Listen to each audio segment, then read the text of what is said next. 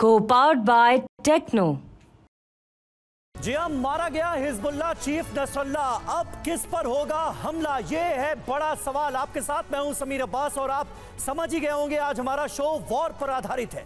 जिस तरह इजराइल अपने एक एक टारगेट को ढेर करता जा रहा है, उसके बाद ये सवाल खड़ा हो गया है कि नसरुल्लाह के बाद अब किस पर हमला होने वाला है। संयुक्त राष्ट्र महासभा में नेतन्याहू ईरान को सीधी चेतावनी दे चुके हैं। उन्होंने साफ कहा कि इजरायली हथियार की जद में पूरा का पूरा ईरान है।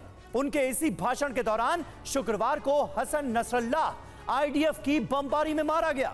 इसके बाद ईरान के सुप्रीम लीडर आयतुल्लाह खामेनेई को तुरंत सुरक्षित ठिकाने पर पहुंचा दिया गया। ईरान के शीर्ष नेतृत्व में दहशत है। गाजा में हमास के मुखिया याह्या सिनवार की लोकेशन भी बदल चुकी है। खौफ इतना है कि हमास नेता विदेश में बैठे अपने लीडर से बातचीत तक बंद कर चुके हैं। लेबनान में होने वाली हमास की सभी मीटिंग्स कैंसिल हो गई। इसलिए यह सवाल है कि अब इजराइल का अगला टारगेट कौन है? क्या वो सिनवार है? आखिर खामेनेई को बंकर में क्यों छिपाना पड़ गया? पश्चिम एशिया में महायुद्ध भड़कता दिख रहा है। बदले की आग दोनों तरफ लगी हुई है। और अहम खबर आपको बता दें, सबसे पहले आईडीएफ के हमले में हिजबुल्लाह कमांडर नबील काउक के मारे जाने की खबर सामने आ रही है। कार्यकारी परिषद का सदस्य था नबील काउक। हिजबुल्लाह के टॉप कमांडर्स का बेहद करीबी था नबील। तो हिजबुल्लाह के लिए और ईरान के लिए यह खबर किसी बड़े झटके से कम नहीं है।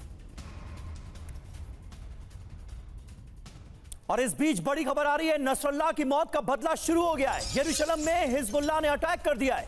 आईडीएफ का मीटिंग एरिया टारगेट पर था हिजबुल्लाह के।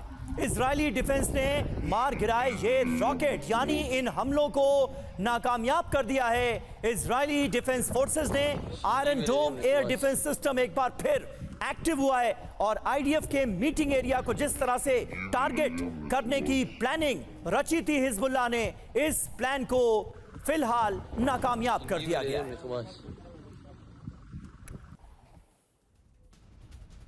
और यरूशलेम में रॉकेट हमले से मचा है हड़कंप। पावर स्टेशन पर हिजबुल्लाह ने अटैक किया है। कई इलाकों में रॉकेट के टुकड़े गिरे हैं। ये तस्वीरें आपको यरूशलेम के उन तमाम इलाकों की दिखा रहे हैं। पावर स्टेशन निशाने पर था हिजबुल्लाह के और पावर स्टेशन को निशाना बनाकर हिजबुल्लाह ने इन हमलों को अंजाम दिया है।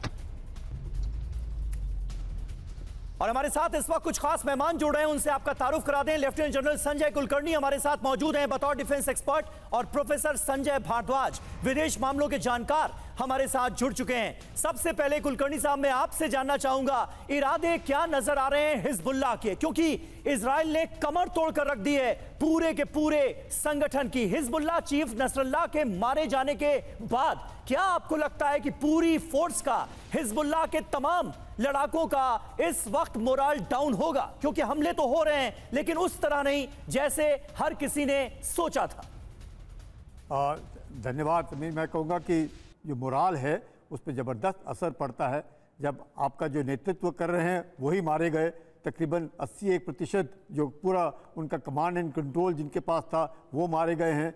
इतने ज़बरदस्त एयर स्ट्राइक में 1-1.5 लाख के आसपास जो उनके रॉकेट्स इधर जहाँ जहाँ उन्होंने रखे थे वो, और कुछ नहीं तो कम से कम 30 से 40% उनका नुकसान हुआ होगा।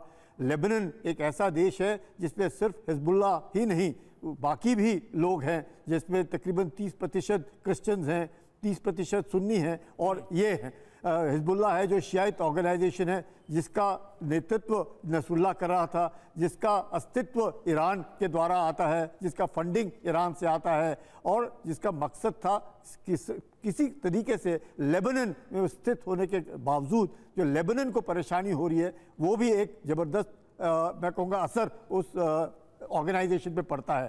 गाजा के बनिस्बत जहाँ पे एक ही समुदाय है और सारे का सारा समुदाय हमास के साथ खड़ा था, यहाँ लेबनान में वैसे नहीं है। तो ऐसे हालात में आप समझ सकते हैं कि कितना बुरा हाल, मोराल लो, ईरान में हलबली, ईरान के जो खामेनी हैं वो ही हाइड आउट में चले गए हैं। तो आप समझ सकते हैं कि हिजबुल्लाह का क्या हाल हो रहा होगा, ईरान का क्या हाल होगा, हमास में क्या हो रहा है, हुदी जो हैं उनका क्या सोच रहे हैं। तो आज के वक्त इजराइल जो है फ्रंट फुट पे है, लेकिन इसके बावजूद भी इजराइल को थोड़ा सतर्क रहना होगा कि किसी वक्त भी इनके पास और कुछ नहीं, 1 लाख भी आज की तारीख में अगर रॉकेट हैं और अगर लगातार ये फायर करते हैं जैसे इन्होंने अभी जेरूसलम में किया है, कितना भी आयरन डोम हो उसके बावजूद भी नुकसान इजराइल का हो सकता है। बिल्कुल, यानी इजराइल के लिए भी चुनौती कम नहीं हुई है। इजराइल को सतर्क रहने की जरूरत है। अगर इजराइल के मद्देनजर हम बात करें तो लेबनान तो बर्बाद